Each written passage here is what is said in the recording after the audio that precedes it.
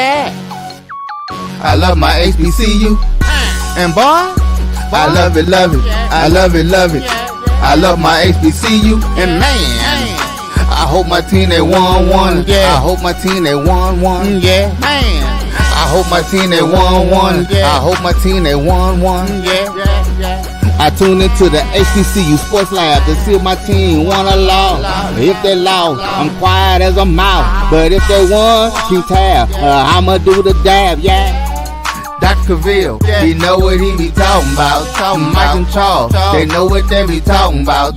They compress the analytic data with the hip hop. If you know them like I know them, they gon' tell you if your team, if they won or lost, and who the ball. So listen to Professor, yes sir, and pay attention, cause he gonna teach a lesson. This is Dr. Cavil with Inside the HBCU Sports Lab with Mike Washington, Charles Bishop. Well, maybe not. Mike Washington, Charles Bishop are on assignment, literally. So I have the next best to me is Stephen Gaither, founder of HBCU Game Day, the team that he does down there. He's working overtime. I mean, he has a couple of podcasts he's doing, along with writing to make sure that we stay informed on the HBCU framework. So I appreciate you, Gaither, committing your time. And obviously, you've made this a life challenge in terms of how you make your living. So to be able to do that, I appreciate you getting it done from that perspective. How are you doing today?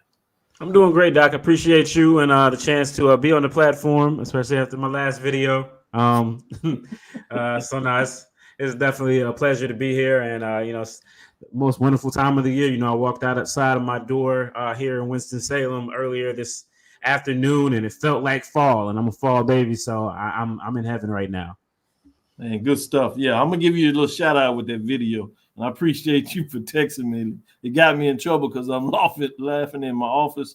The administrative assistant is like, "Man, what is going on with him?" But for those that don't know, go check out. What is it? WSSU Ram Nation. Rams. Go check that out on YouTube.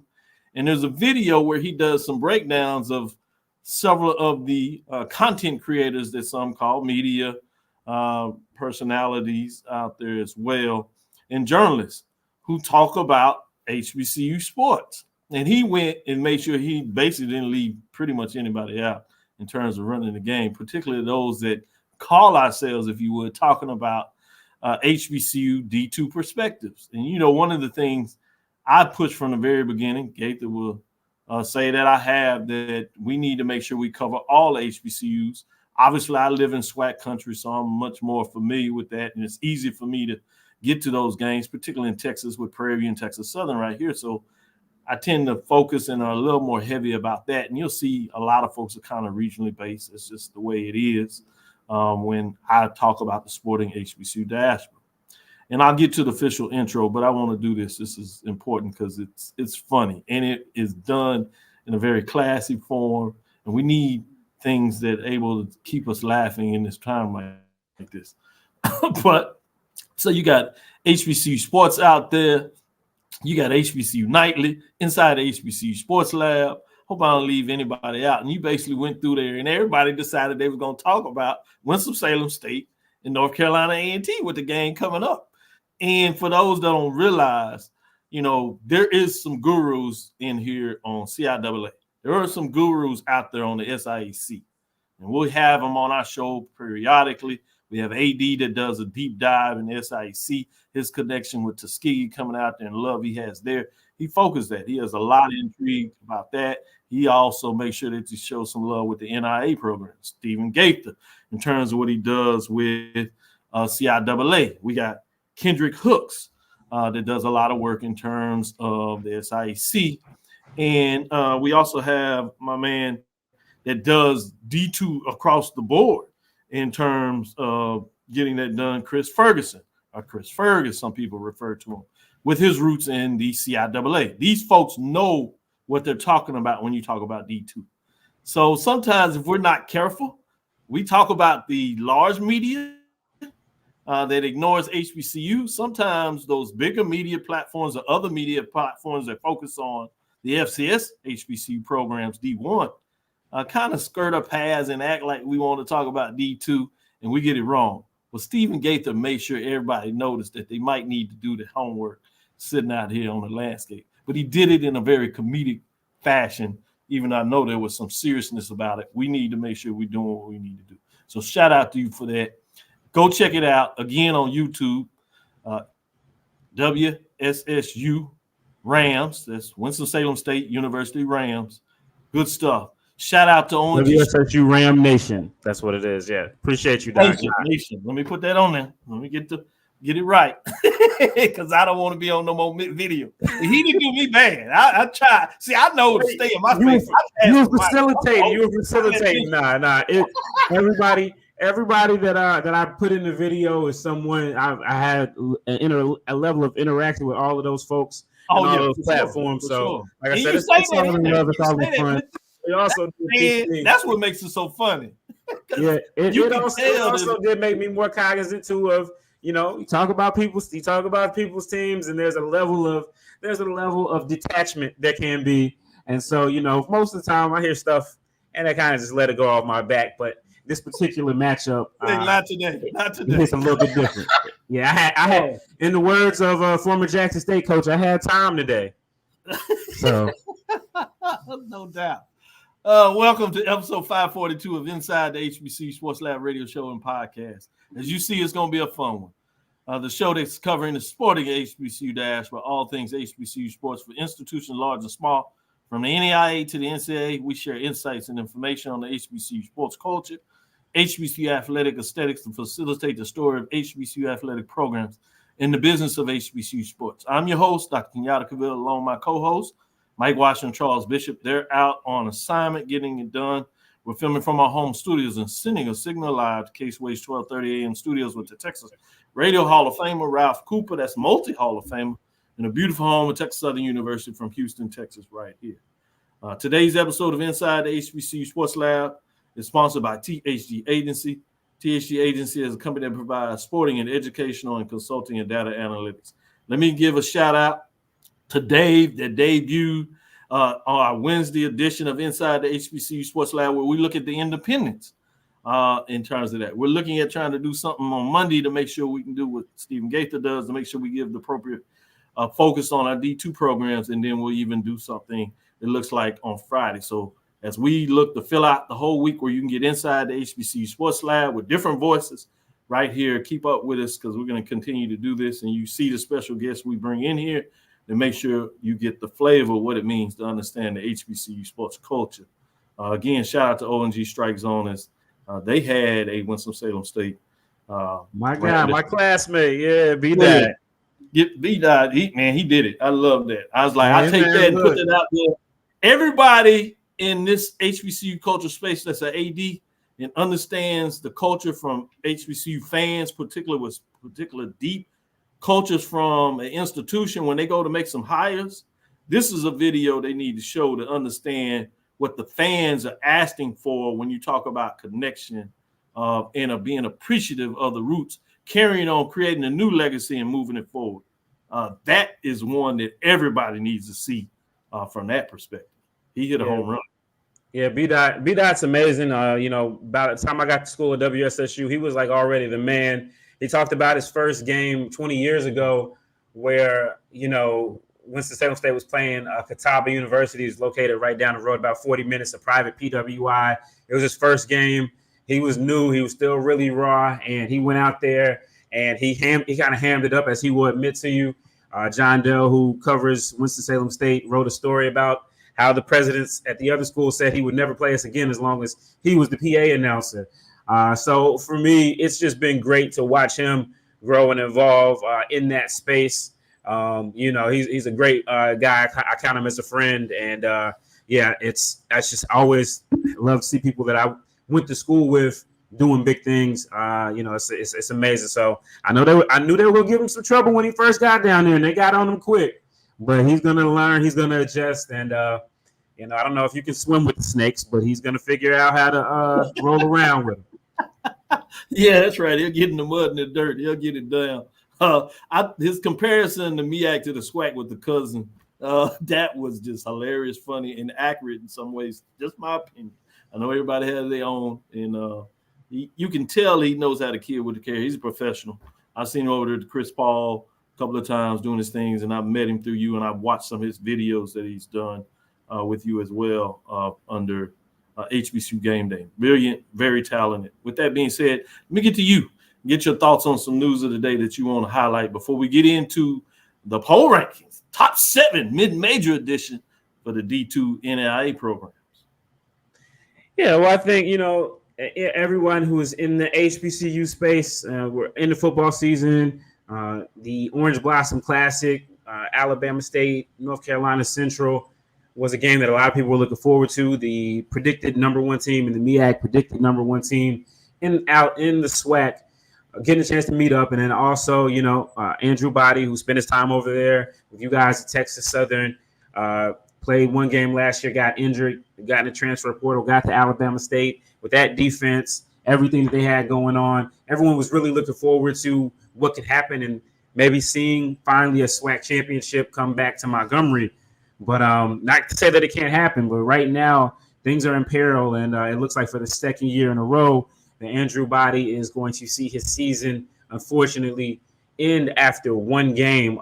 Just really heartbreaking for the young man. I've only met him a couple times at SWAC Media Day, but he seems like a nice young man, and obviously very talented. A lot of people are very high on him, and it was unfortunate to see him go down the way that he did, and didn't look good then. And obviously we see now the shoulder surgery. He's going to have to shut things down for this year again, and it's just heartbreaking. I know earlier on College Game Day they did a profile on one of the Miami tight ends who's had all these different injuries and things, but you just hate that for a young man who's putting all the time and effort into rehab and follow his dreams and have some really great talent, and to see for 2 years in a row for it to happen, I know that can be a really crushing thing. So my thoughts are with him for sure, him and his family for sure, and we'll see how this comes into factor with their big D1 D2 matchup this weekend. So, but obviously I think that's kind of the big thing in the forefront of everybody's mind right now in HBCUs. Yeah, great stuff. I was contacted for a quote in a Game Day article in terms of what that looks like. So I'm glad you brought up Andrew Body. I've had the opportunity being a professor here, dean during that time, associate dean while he was here, to meet with him and talk with him.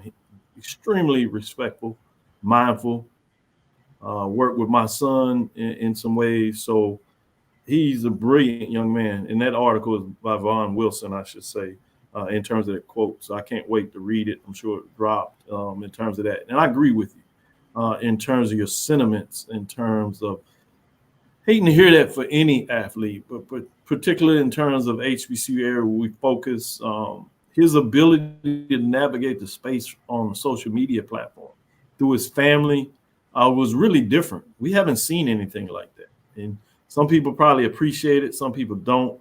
His ability to navigate and kind of control the media perspective for those do that. And I think it took him a different way. So I imagine it's going to hit people a little different than you normally do when you talk about athletes that get injured, particularly it being back-to-back years after the first game. Tough losses in both of the games. Some eerie similarities in terms of being big games, One was a conference game in terms of Prairie View and Texas Southern last year. And then this year you get to go to a classic, Orange Blossom Classic. And you make big plays in both of those games. And you get injured essentially for the year, it sounds like, in terms of what's going out. So it is really heartfelt to really feel for that young man and his family. I wish him the best, healthy, great in terms of his academics, so help he can continue to push forward if he chooses to come back in the situation that works out for him. So with that being said, we're going to take our first break. We'll come back on the other side, and then we'll get into the top 7 poll rankings. Stephen, we're going to see what you say with my poll rankings. I do want to point this out. Okay? Kendrick Hooks, and you said a little bit about this too, since we're ribbing today, talked about the rat poison I end up had was with Clark Atlanta University ranked 4. Well, it's played on the field. Right. It worked out for me playing on the field. So we're going to see where they rank this week. But everybody was saying, no. I said, watch out for this team. It look better than what y'all think. I think with that, we'll take our first break and come back on the other side. The old Dean got a little bit of something up his sleeve. We'll be right back after this first break. Choice Hotels is a family of brands that helps you get the most for your money so you can be any traveler you want to be. You could be a free hot breakfast hero at a comfort hotel. Yes! That's how you waffle! Mr. This Script got a plot twist at a Radisson hotel. A business big leaguer. Go for key. Even the ultimate pool float inflator. With 22 brands and the best value for your money, Choice Hotels has a stay for any you. Book direct at choicehotels.com, where travels come true. Gotta get the corners.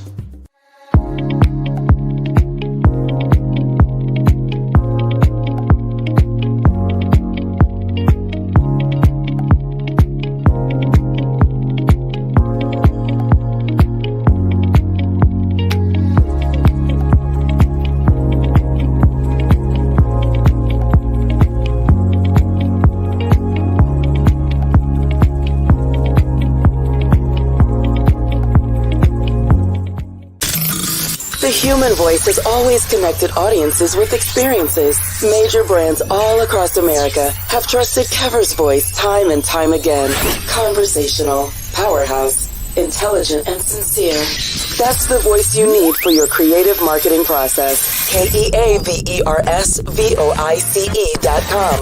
Kever's Voice, Kever's Voice, KeversVoice.com. Always on, all the time.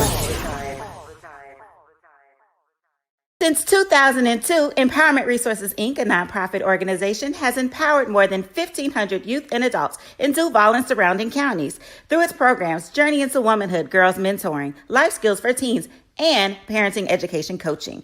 To get involved with programs, volunteer, or donate, visit www.empowermentresourcesinc.org. Follow us on social media, facebook.com/empowerment.resources and instagram.com/empowermentJAX. Troy, you work here? I'm never not working. Like Head & Shoulders Scalp Shield technology, up to 100% dandruff protection, even between washes. Never not working.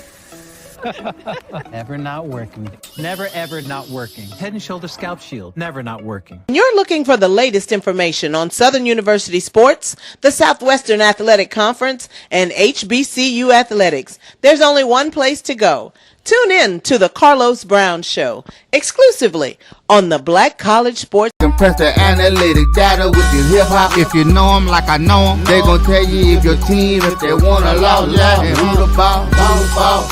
So listen to Professor, yes sir, and pay attention, because he gonna teach a lesson.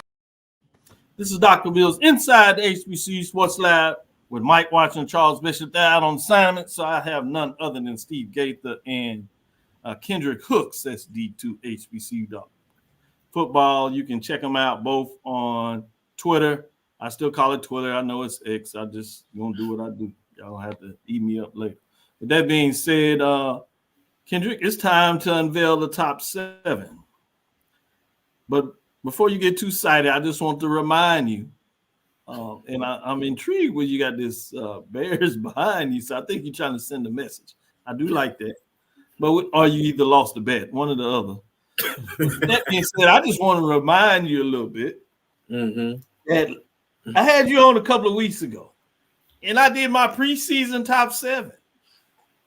And, you know, you the D2 guy. So I respect what y'all had to say, you and Steven. And y'all let me know quite early that I need to be careful with my top 7. It was so good that a coach even came in and said, man, slow down. Call it rat poison. But, you know, that team happened to win in week 0. So I'm just saying, a little bit. Went on the road with a conference game and won. I also know that y'all don't like these CIAA SIC matchup. But I just happen to know that the CIAA put a weapon on the SIC. You said something about the Kentucky state program was going to. Yeah. I just wanted to remind you a little bit. That's all right. Hold your head up. You're good. We're going to get into this poll ranking. We'll let you come back a little later and do your thing. I thought you was hiding out there the first second. I say he won't come back home. No, I was gonna come.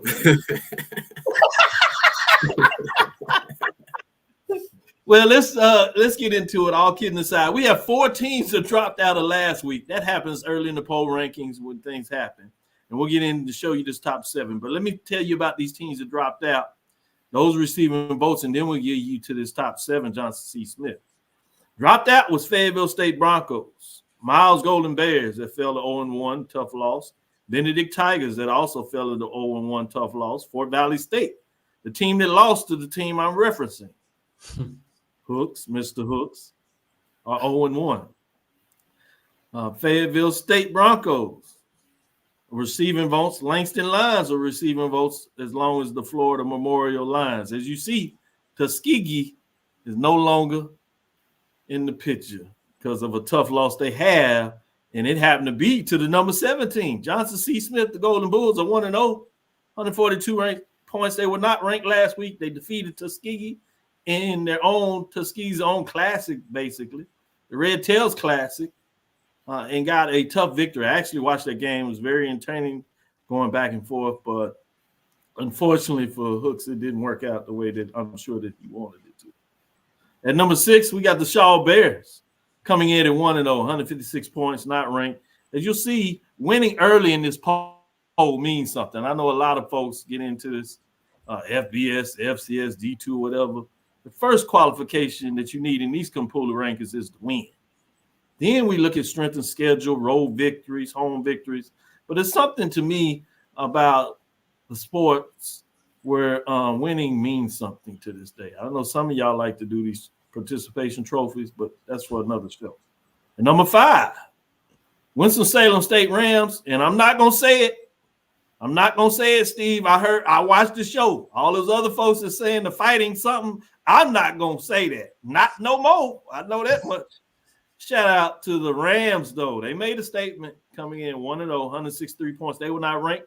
They find their way to jump in the top 7 at number 5. Bringing us to number 4, we're going to go back to the SIAC. Everwater Tigers got a win over the Maroon Tigers. It seems like everybody seems to find a win over Maroon Tigers over the last couple of years, except for Clark Atlanta. But there's a new sheriff in town for those Clark Atlanta Panthers who were ranked 4 last week. But guess what? They are ranked now with the win, moving up to number 3. Clark Atlanta Panthers are 1-0, not just overall, but in conference play. They have 2 first-place votes with 196 points, ranked number 4. At number 2, Virginia State Trojans are 1-0. They had a tougher contest than people may have thought. I thought Benedict would play well, but I thought they held their own. Virginia State still won the game, and we'll see what that means as we'll talk about in the third segment some of the FCS D2 matchups this weekend, and I'm going to be very intrigued what these individuals say. Are there any upset potentials out there? If there's indication in terms of Hooks, it looks like he may be sending a message where he thinks an upset may exist. We'll see what that means from his perspective a little later on as well. At number 1, Virginia Union Panthers. They may have made the biggest statement this week in terms of the score. They took Kentucky State to the woodshed, 1-0, 5 first-place votes, 221 points, first place. We debuted our Wednesday version of the show in terms of Dave and coming and representing the Aggies. We have Brandon with the Tennessee State, and we have 2 guys that will split coverage as they have their own podcast representing Hampton. They got into a little bit about this matchup between Virginia Union and Hampton, and also looked at Winston-Salem State and A&T. So, Stephen, you get a chance to do a little rebuttal. So we'll see what you I watched this afternoon. I watched this afternoon. I figured you did. They was a typical arrogant Aggie. I mean, I get it. You get it. With that being said, I've muzzled Kendrick enough. Hooks, it's your time. I'm going to let you go first and then let Stephen Gaither get some shine and give me his thoughts on the top 7. So, Kendrick, what are your thoughts in terms of my top 7 in week 1 coming after week 0? I think Virginia Union proved why they should be one. I think they made a really big statement against Kentucky State that really didn't have an excuse to look like that. They have a really experienced squad up there, and they just shouldn't have looked like that against Virginia Union. Watched that game, went back, tried to watch it again, fell asleep on it because it was just so much Virginia Union dominance. I fell asleep the second time trying to watch it because it was just it was Virginia Union. I know this is week 0, but when you start looking at teams that in the past that can make playoff type runs, and you look at the types of teams that won the Division II playoff last year, I think Virginia Union is right there in that vein. And so I think that they completely made me out of a believer of what they do up there, Virginia Union land. You can drop Edward Waters out. I know Dr. Fraser will kill me for that. I know you said winning, but it was Morehouse. I mean, and then Morehouse turned the ball over 9 times. I mean, if you don't win after with 9 turnovers, then who can you beat? I think I was expecting a little more out of Edward Waters this week. You know, it is what it is. I'm gonna be honest with you. I like Teddy Keaton. Teddy Keaton is my guy, and I know Sly's in here, and I'm really big on David Wright and their offense. I'm just not there. I understand putting top 7. I'm just not there yet, and I'll be honest. That's where you're looking holistically. This is a week-to-week poll. I like to remind everybody things can change, particularly early in the season. Win here, lost there. It's turbulent. You can fall out of the top 7 in the first couple of weeks, jump in the top 7 because of wins. It stabilizes around 4 or 5, and you can see a couple of movements. Some people might go on a slide. Some people go on a roll. So I think it's fair to say that, you know, where you are in terms of Clark Atlanta. And I appreciate the fact you said right now they can be in the top 7. Which is different than last week. So at least you're coming around.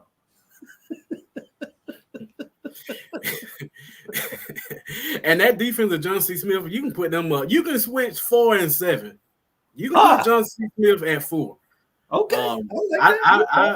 You know, I will tell you, I was not pleasantly surprised. I was disturbingly surprised at the physicality of the defense of John C. Smith. And I'll just go on record, and I've said this a few times, and if you go back, Aaron coach the SIAC, a lot of coaches have shows now, the Aaron James show. He'll tell you, like, I don't think anybody in the Tuskegee camp expected John C. Smith to have that much talent on defense and be that physical. And I think they just punched us in the mouth real quick, and we just was shell-shocked. Good stuff. Stephen, what do you say about the top 7 in week 0? Yeah, I think Kendrick kind of pretty much hit it on the head. Virginia Union from the start, I just felt like that's exactly where they would be. I feel like this is the CIAA's getting their lick back from sending Shaw to play Benedict last year. It was that type of matchup. You know, somebody who's, you know, they're going to play hard, but they're not going to win the SIAC championship. They're not going to be in the Final Four. And they took up on a team that, you know, is a defending champion. And so it showed. And I think, too, unfortunately for the folks, for the thoroughbreds, you know, you're talking about they took them to the woodshed. They took them behind the woodshed and shot them. And I think a lot of that is on the voters in the CIAA for voting Virginia State over Virginia Union, even though Virginia Union is the defending CIAA champion and they brought back a lot. Virginia State solid over Benedict. We don't know how good Benedict is yet, but Virginia State, they did what they were supposed to do. You know, Clark Atlanta, I watched the game just like everybody else. I'm a fan. I you know, again, when you had them 4, I thought they was way too high as well. But you know, I enjoyed the game too. But I'm with Kendrick. That 3-4 slot that you have, I would say, as much as it pains me to say this, Johnson C. Smith probably deserves to be up there, given who they played. You know, we know this is not Kendrick's favorite Tuskegee, but they're still Tuskegee. They were in Alabama, and Johnson. I mean, you can't get any further apart in football pedigree than Tuskegee and Johnson C. Smith. And, you know, but I think the thing we have to realize, and look, my Rams look, every year, no matter how bad we've been since 1996, we could count on beating those folks over at Beatty's Ford Road, but that is no longer the case. You know, they have a coach who's an alumnus, Coach Flowers, who's seasoned, and they have a full allotment of scholarships, and they are not to be toyed with. And yeah, I think, you know, Tuskegee found that out early on, so I would put them up there for my the Bears, Edward Waters, the Bears, and even my Rams should enjoy being where they are right now. I don't know. I don't know. You know, I look at who all those teams beat. Elizabeth City State. I mean, that was the floor. Edward Waters beat Morehouse. You know what that was, and Winston-Salem State beat Bluefield State. I'm just happy that they went on the road and won, you know, solidly. So, yeah, those three teams, I don't know about if you're going to see them, but I think these other four will continue to be in the top four. And I guess I can't really be mad at you guys for dropping Fayetteville State off for not even playing right now. Just give them a little humble pie. Hopefully it'll be a theme for the season. So, yeah. Man, I love it. I love all the little juice and the slants that are going here. With that being said, as we get prepared to close out this segment, get to the next segment, we're going to talk about some matchups in this upcoming weekend. I thought it was fascinating, you know, just how it played out. Obviously, CIAA, if I have it correct, had 3 games against the SIAC, won all 3 of them in that fashion. But in terms of the top 7, of the 17s, 5 of them are out of the CIAA. Again, this first week is early. And according to you all, I like the way that you're discussing it.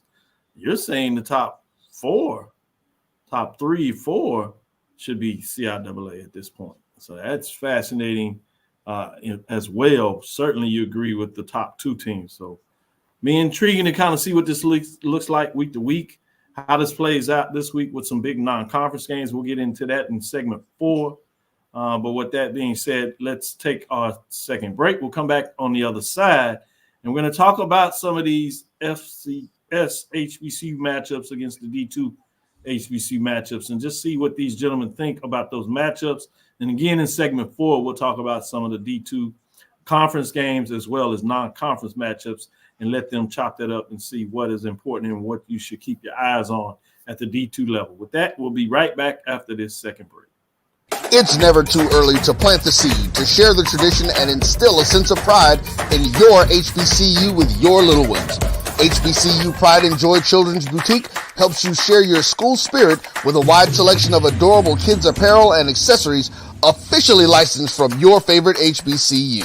Visit hbcupridejoy.com and follow us on all social media at HBCU Pride Joy on Facebook and Twitter.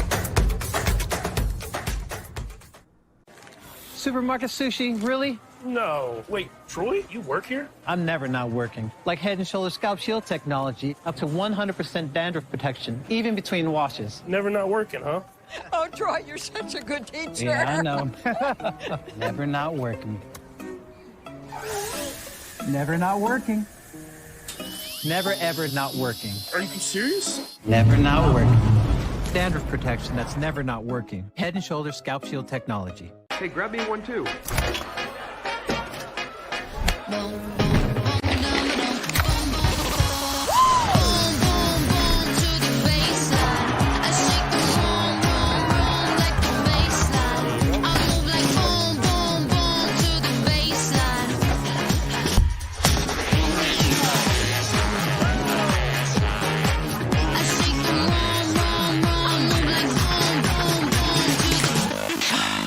Charmin Ultra Soft has so much cushiony softness, it's hard for your family to remember they can use less.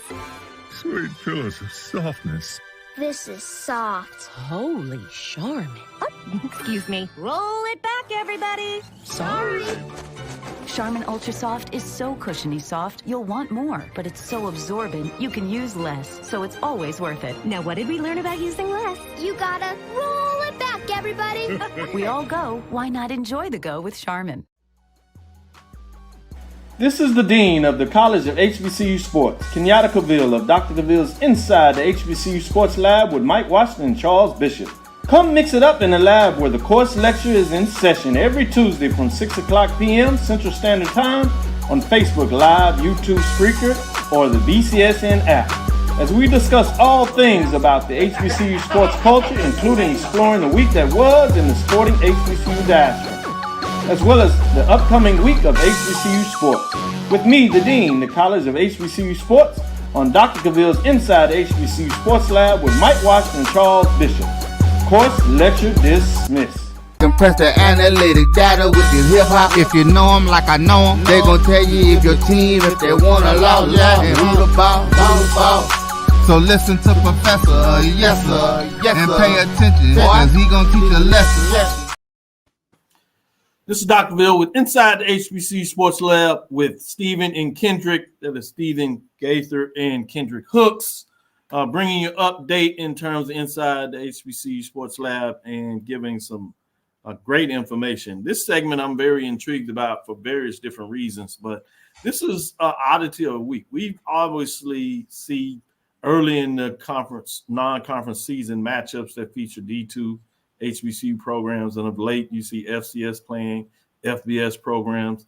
You see some D2 programs playing NAIA. But this is the first time I can recall over a short period of time when you saw so many HBCU matchups that feature D2 versus FCS D1.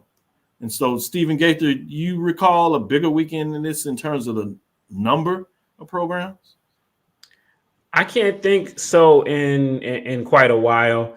Again, we'll get to the specific games, but I just remember looking on the schedule, knowing that Winston-Salem State will take on A&T for the first time in like 14 years over in Greensboro, and I knew that that's going to be a huge game. And then Virginia State and Norfolk State, they played each other off and on over the last couple of decades since Norfolk State's moved over, and then Hampton and Virginia Union got it started a couple years back. So I felt like those three games, man, I would have loved for those that have been spread out. I've been to all of those games, and they're great games. Wow. Yeah, so it's really exciting over here on the East Kendrick, Coast. You remember over a period of time this many games on the same weekend that are featuring these D2 FCS matchups, if you would? So, yeah, not on the same weekend. I mean, the SIC schools normally play, lately.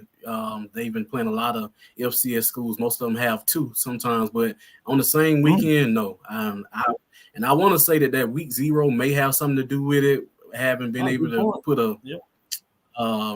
put a bye week on your schedule. So we'll see. That's a great point. Now, I do want to shout out while I teach you about your background. Obviously, on the shirt, you have Alabama State. You are representing the Hornets there. So I want to make sure people know that I didn't want to leave the Mighty Hornets out because they are already feeling a little something right now. So I don't want to do that to them. But to all your points, there's 8 matchups. There are 5 out of the SWAC that feature SIAC SWAC, if you would. There is one, I should say, in the versus MEAC versus CIAA. And then there are 2 versus the Colonial, now the Coastal Athletics Association, CIAA. We call them the independent programs, which features, as you mentioned, Stephen, Hampton and Virginia Union, as well as North Carolina A&T and Winston-Salem State. So I wanted you all to break some of those matchups. What are your thoughts on them? You can go in featuring yourself. But my first question, before you kind of break them down, I'm going with you, Stephen, first. Of those 5 matchups, and let me put them out there to make sure that everybody's clear on them. You have the Virginia State, Norfolk State you mentioned, which is a CIAA versus the MEAC matchup. You have a Miles College versus Alabama State. It's SIAC and SWAC. You also have Kentucky State, Alabama A&M, SIAC and SWAC. You have a very historic matchup in terms of the brand of the programs, wins across the name. And it was just fascinating when people were breaking down in terms of Coach Abbott of Tuskegee taking over Eddie Robinson of Grambling when the last time they played. That's Tuskegee going to Grambling, SIAC SWAC. You also have Lane at Jackson State, a SIAC SWAC matchup. You have Virginia Union versus Hampton. That's the CIAA taking on the CAA. Winston-Salem State, North Carolina A&T that you also mentioned, Stephen, which is CIAA versus the CAA. And lastly, we have the Savannah State at Southern matchup, another SIAC focusing on and taking on the road a SWAC team in Southern. Of those matchups, Stephen, which one do you see, before we break them down maybe a little bit, which one do you see are two potential upsets and why? Yeah, I see three potential upsets that I feel really good about saying. One that I'm praying about, but the other I'm saying. Virginia Union, obviously, they're the defending CIAA champions. We saw what they did last week to Kentucky State. And obviously Hampton is not Kentucky State. They're a Division I program, but they got run gushed last week against Morgan State. They let them just kind of run crazy on them. And so if you know anything about Virginia Union, they love to run the ball with Jada Byers. And they have a couple other backs as well. They have they built their head coach, Dr. Alvin Parker, is a former running back. So, he believes in having that strong offensive line and running the ball. They've got some guys who, are D1-ish in terms of being on their line on both sides. And so I think that is a game where, you definitely would look for that. Virginia State and Norfolk State last year, obviously Virginia State got the win. Kind of crazy ending, but they got the win. And then also Alabama State and Miles, last year they got that win as well. So I think those three, honestly, I think if any of those three happened, I would not be shocked. I mean, the D1 teams they're supposed to win. They have more scholarships and all that stuff, but I would not be shocked if any of those teams won. Same question for you, Kendrick. Do you have a couple of games that you see that you would favor in terms of not being shocked at the proverbial upset or with the D2 defeating a D1 FCS program this weekend? Yeah, I think after last weekend, I agree with Stephen, that Virginia Union team, they just look like a really quality Division II team. And we know that quality Division II teams, FCS teams, yeah, they better watch out. I think Hampton is gonna have their hands full with Virginia Union, and I don't care that they are Division I. That's a lot to get prepared for. It's a type of offense that they don't see all the time. Like it's a lot, and they do what they do well. And I think there is another added aspect that I wasn't expecting from Virginia Union, because you can't do anything with those running backs. They can get you over the top this year. That was something that I felt like they were missing, and which kind of handicapped them last season. But I think that they have a complete package. And we talk about the offensive line, but they have a heck of a defensive line over at Virginia Union. And they just outmatched Kentucky State from down one. I know it won't be that easy playing against a Hampton team, but I like their chances. I also think just Miles in general, and this is even outside of Body being there, I think Miles is just consistently, even when Miles is at their worst, they are a tough matchup for Bama State. You talking about the team that went 1-9 with Sam Shade that year, still took Bama State to the very end, and that's been consistent for quite some time. I think it also speaks a little bit to like how they recruit. Those guys, they went to high school with each other. There's a lot of pride that goes into playing those two institutions. They kind of swap players out sometime through the portal. So I think that's going to be another possible one. And I guess I'm copying off Steven today, because I'm praying for one. I'm praying that my Tigers go down there and smack those other Tigers down there so I can troll yard talk all week on Twitter. Good stuff. Let me stick with you and ask you. I'd be remiss if I didn't ask you about the Tuskegee at Grambling. What are your thoughts in terms of the matchup, maybe some of the history in terms of the brand? or just the matchup itself? I mean, I hope we getting paid for it. I hope we getting our money worth for it. I've been on this whole little thing about. I see people on Twitter talking about they're complaining about FAMU's band getting $40K, but yet you got a lot of these SWAC schools paying, like Lane got paid $35,000 to go play A&M last year. That's not enough for me to get on the bus. So hopefully that we got to the north of 50K this year. Yeah, we need 100K for these games to go down there to play Grambling. So that's my first thought about it. But like the historical makeup of Grambling, our institutions are tied to each other. When those farmers wrote Booker T. Washington for the help and everything that's tied to Lewis Adams and the Adams family, which is the real connection down there with Grambling. It's just a real historical matchup. It's been a long time coming, to see the two play, but we'll just see how it is. Good stuff. Stephen Gaither, I'd be remiss with you if I didn't get this kind of good time and asked you to give a little thought and insight. I know you've kind of pushed around and joked about it, but you can talk about it from a serious perspective too. What are your thoughts in terms of the Winston-Salem State, North Carolina A&T, that people in this area may not realize the importance of this matchup? It goes back to the CIAA days. There was also a period where it's actually people may not realize that it was a MEAC matchup when Winston-Salem State was doing their transition and was a member of the MEAC before they decided to move back down to D2 in the CIAA.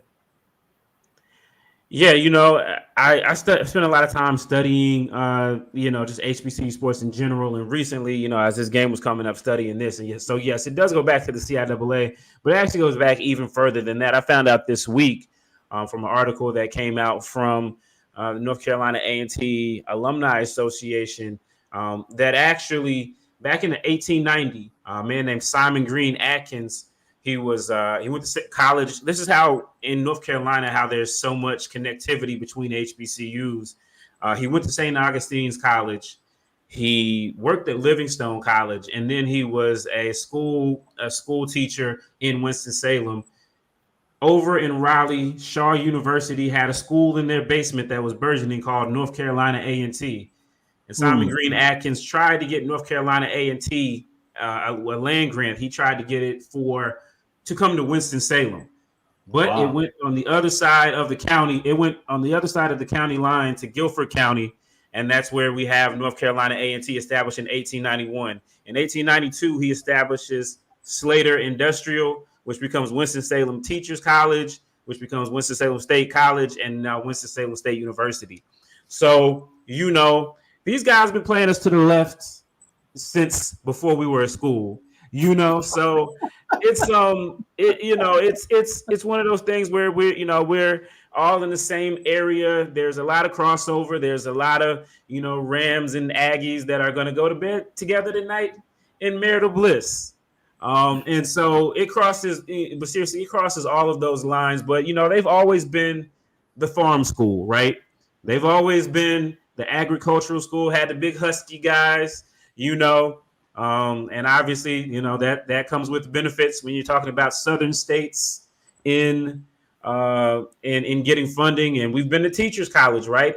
A lot of women, not as big a guys. So they dominated the football part of this for the first 30 years. We won 18 games, but since Bill Hayes came around, we made it a series. And it's just really about a pride thing. I mean, we're really literally like a county over. So we're literally in our backyard, they're in their backyard. And so, we play nice, too nice sometimes, but these guys think they're better than us. And so it's a pride thing. So it's D1, D2. Yeah. I mean, they looked better against Wake Forest last week, but God, that was a low bar. We played Bluefield State. We played who was on our calendar. We beat them. We'll see him on Saturday. I like that. Great stuff. Let's take our last break. We'll come back on the other side, and we'll talk about some of these other conference matchups between the CIAA, SIAC, and non-conference games. where you have some HBCU historically white college matchups and see what these gentlemen think. Which one of these may be some of the most important matchup, either in conference or non-conference. One, obviously, when you talk about the D2 programs, CIAA, SIAC, these non-conference matchups become particularly more important when you're thinking about the seeding or opportunity to get at-large bids to the playoffs, which both of these gentlemen educated me a couple of weeks ago in just how largely important that is. So we'll get a chance to talk a little bit about that in our next and last segment. Stick with us. We'll be back after this last break. At AutoMasters LLC, our mission is to serve our community by providing quality automobiles at affordable prices. All of our vehicles are inspected and certified to offer you the confidence in knowing you have a quality vehicle. Our goal is to provide you with a seamless process and positive experience for your automobile purchase. Financing recommendations and specific vehicle inquiries are available at your request. You can find us at www.automasters06.com and follow us on Facebook and Instagram. Also, please feel free to contact Terrence Miles at 601-927-7794. And oh yeah, tell him Sonia sent you. Compress the analytic data with your hip hop. If you know them like I know them, they gon' tell you if your team, if they wanna lose, and who the ball. So listen to Professor, yes sir, and pay attention, cause he gon' teach a lesson. This is Dr. Ville's Inside the HBCU Sports Lab. Let's get to it. Can give some matchups here. We have Lincoln, PA Lions clearing Golden Eagles. That game is being played now, today. Last update I had was 7-0 with the Eagles in favor. Gaither, do you have an update score on that? I think the last thing I saw, I think Chris posted was 13-0 Clarion. So yeah, rough start for Lincoln right now. They did not play in week 0. We also have another first. No doubt about it. Another update here is Central State is taking on Grand Valley State, and that is tonight as well. Hooks is shaking his head, so he doesn't have a lot of confidence in that matchup. So we'll leave that right there. We have the Battle of Florida. Right now. Oh yeah, I should. We tried not to give it out there, but you're a professional. Not looking good there. That's a money game with no money. Now that's a statement. Let's look at this Florida Memorial Lions, Edward Waters. In terms of this Battle of Florida, it's a matchup between NIA, D2 Florida in terms of Edward Waters Tigers. Shaking head a little bit. You might not be thinking too high as you talked about the Tigers. What do you think? Thoughts on this matchup, Kendrick? I just wish that Edward Waters would have got their compliance straight last season. That those guys that finished the season would have started the season. This year, I don't want to say they're in a bit of a rebuild, but they're looking for that magic. And when you start talking about Florida Memorial, the NAIA recruiting standards and the D2 standards, yeah, they're different. And they don't even know who they're playing. Florida Memorial don't even have a roster updated. So, I mean, you just never know who you going down there to play. The guy may be getting off probation tomorrow and on the field Saturday, so you don't know. So, God help Edward Waters, Hopefully they can get a win because we don't need to lose to them again, but, hey, it is what it is. Man, great point. And it's on the road this time. I think the last time they went down there and they got a major upset. Maybe they'll get it again. Going to you, Stephen. Tell me your thoughts on this Bowie State Bulldogs, Lenore Ryan Bears. A couple of years ago, the Bulldogs were really riding high in the conference. They were winning a lot of these non-conference games. Do they have a chance to get it done here, or do you think the Bulldogs have regressed where this will be a tough matchup? I'm going to be interested to see. This is another school that did not play last week, so we don't have any film of the current edition of them. But again, just like I said, those folks down the road over at A&T took Bill Hayes from us 40 years ago. Those folks over in Baltimore picked up Damon Wilson. And so Kyle Jackson and his group, they've been 6-4 the last 2 years, which solid. Some of us would kill for 6-4 right about now. But, not where they were. And so it's going to be interesting. Last year, I think they lost a tough one on the road to Davenport. I think their first year, they did go on the road and beat a PWI on the road. This year, Lenoir-Rhyne is a really good program. They're one of the reasons why, you talk about the CIAA South when it was one, RIP to CIAA South, there was trouble with them competing against the North is because you had to compete in the state against schools like a Lenoir-Rhyne who really compete at a very high level. So I think they're going to have their work cut out for them. It's going to be interesting. Last year, they were kind of up and down. They took care of their business against some of the lesser talent, but they went and lost on the road to Livingstone, struggled with St. Augustine's, and then in the North they were kind of the third wheel to Virginia State and Virginia Union. So it's going to be very interesting to see if they can compete. If they go out there and they beat this team, then you can say that Bowie State is once again a contender for the CIAA championship.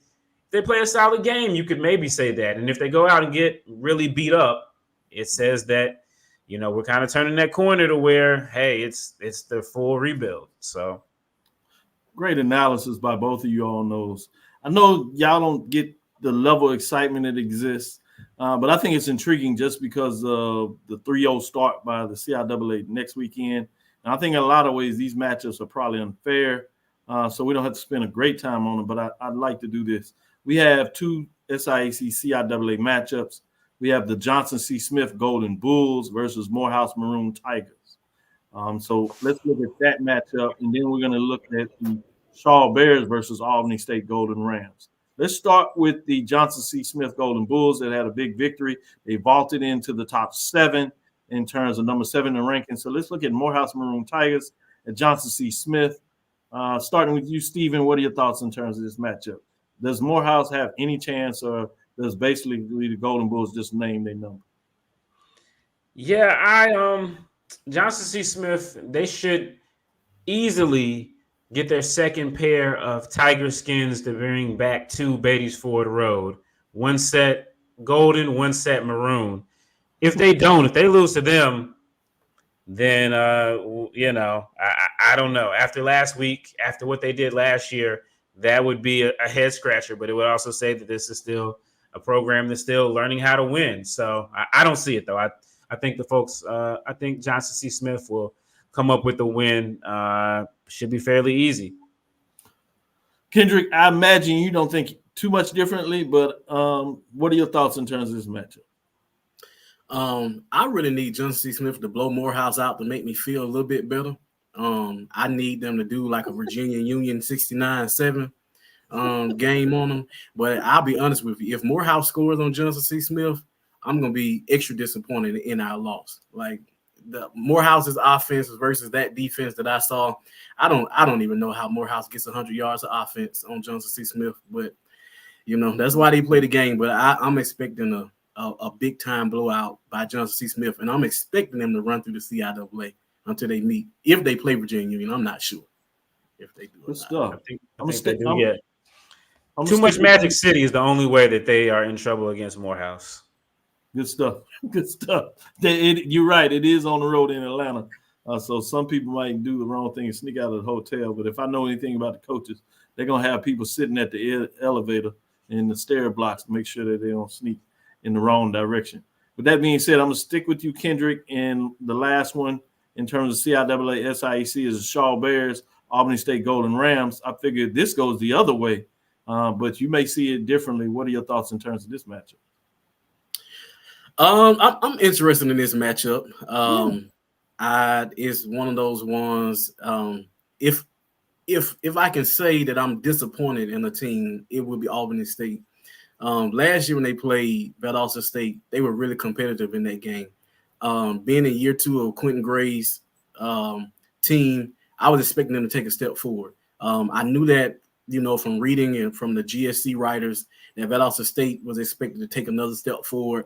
I was also expecting Albany State to take a step forward and be able to, compete well in that game. Whether they won it or not, was up to be decided. But I don't know. I was a little perplexed by the Albany State, and especially that defense. You know, Albany State is known for having that dirty blue defense.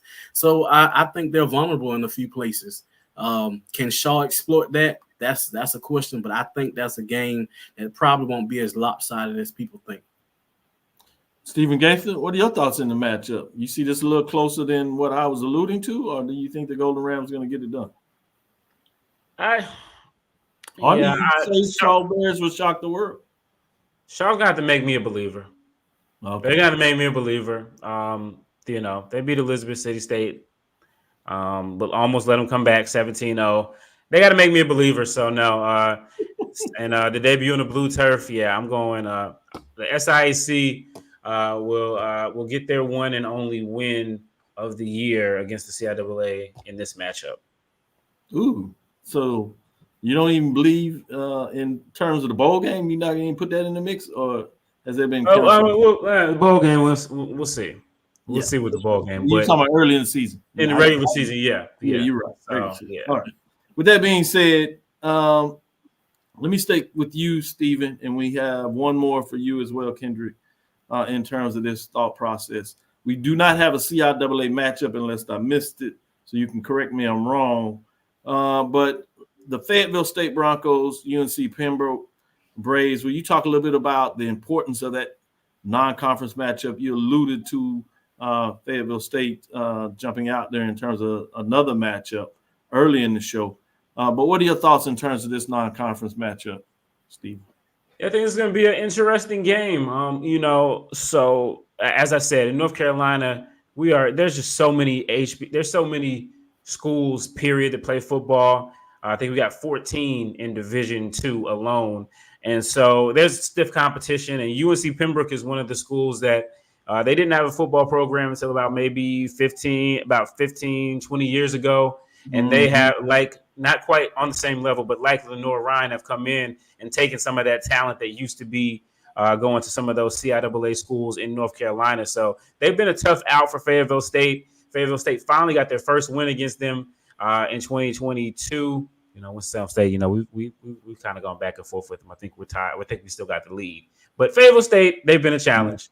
And, you know, last year they hired the former head coach of Chowan, who, if you remember, the 2022 CIAA championship game was against Fayetteville State and Chowan. His name is Mark Hall. And so he's very familiar with the Fayetteville State program. Pembroke wasn't great last year, but they did manage to eke out a win. So I think for Fayetteville State, you know, this is their chance to make a statement. You know, they came in, they were picked to finish third in the CIAA, and of course there are no divisions now. So I think they felt a little disrespected that they got picked that low. So this is your chance, Fayetteville State, to go out and prove that you are again going to be a contender for the CIAA, and that you can beat PWIs in the regular season and in the playoffs. And so I'm going to be very interested to see how they do with yet another new offensive coordinator. Speaking of another non-conference matchup, you talked about Chowan. Chowan is on the road to Elizabeth City State Vikings. So that's another one to kind of keep you on. But I'm going to go to you, Kendrick. Last one here in terms of before we get ready to close things out.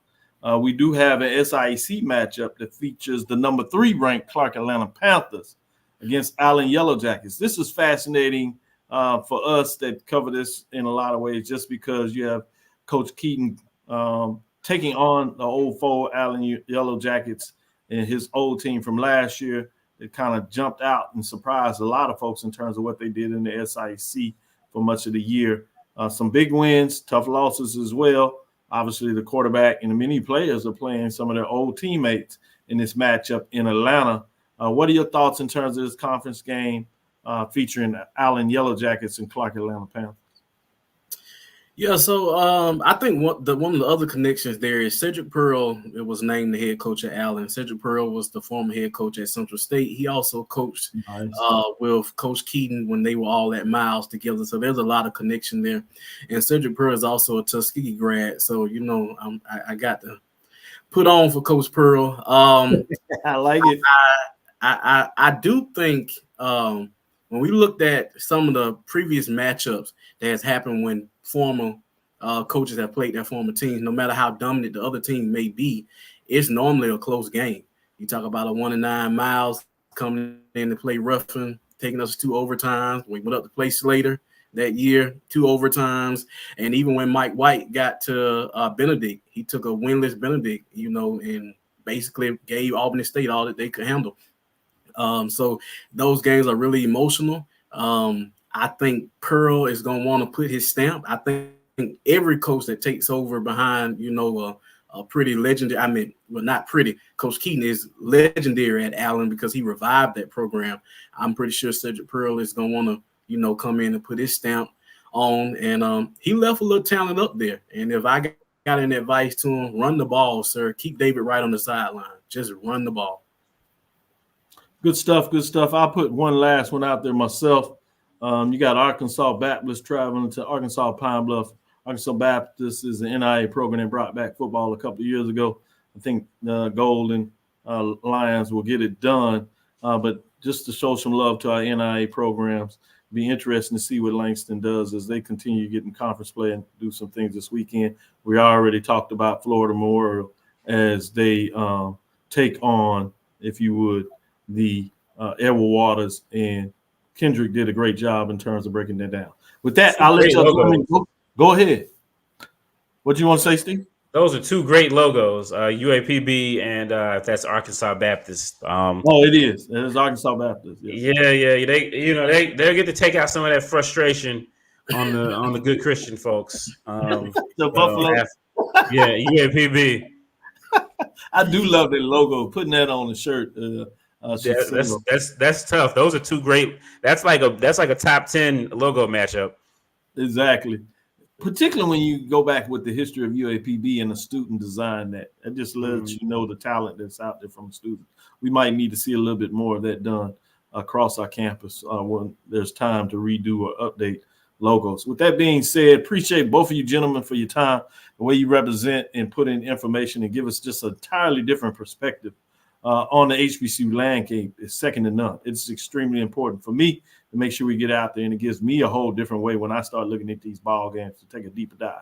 Plus, I don't want to be a part of Stephen Gaither's outcuts, so I want to make sure we recognize that. And again, if you hadn't seen that, we joke, but seriously, it's great content. So go check it out on Winston-Salem State University Rams Nation. That's WSSU Rams Nation. Go check that on YouTube to get your stuff on that. Follow these guys. They're both, if you haven't already, in terms of what they do on Twitter, now known as X. Obviously, you know the work that you'll see with D2 HBCU football in regards to his spaces as you do that. What night? Do you have a regular night that you go over to SIAC and D2, Kendrick?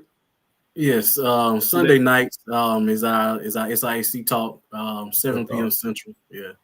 All right. Make sure you check that out for those that are not aware of it and want to see a little bit more about D2. Stephen Gaither, you do a show as well in terms with Ferg. And sometimes Kendrick jumps on there with you in terms of magnifying HBCU DT programs on YouTube. When can you catch that show? Yeah, well, you can catch our show on Wednesdays at 7:30. Wednesdays at 7:30 on HBCU Game Day. Good stuff. Good stuff. Catch that in terms of following all the work that these gentlemen are doing. Thank you for listening to Inside the HBCU Sports Lab. Make sure you share our podcast with your friends and colleagues. I am Dr. Kenyatta Cavil, the Dean of HBCU Sports, coming from inside the lab in the College of HBCU Sports with Mike Watts and Charles Bishop. Fascinating when you talk about these 8 games featuring FCS HBCU programs taking on D2. You heard it from the FCS perspective on Thursday. Now you see it on the D2 perspective. And we'll see next week as these poll rankings come out, and we'll talk about it Sunday morning, let you know what took place over the weekend. So stick with us as we continue to give you more. Again, we want to thank you for listening. Dr. Ville's Inside the HBCU Sports Lab with Mike Watts and Charles Bishop. As you know, every Tuesday and Thursday at 6. Now we have a Wednesday program that will give you the independence at 6 as well. We will look at giving you some breakdowns on Monday and Friday. So stick with us to see what that looks like. Follow me, Dr. Kenyatta Cavil, on Twitter, Facebook, and Instagram. That's DrKenyattaCavil. We'll give you some information about the business side of HBCU Sports. Inside the HBCU Sports Lab 1 on Twitter, Facebook, and YouTube is Inside the HBCU Sports Lab. Dream big, Continue to move forward. We will talk with you soon. Stephen? Of course. Kendrick? Lecture. Dismissed. Lecture. Oh, man, he knocked it out the box. A plus.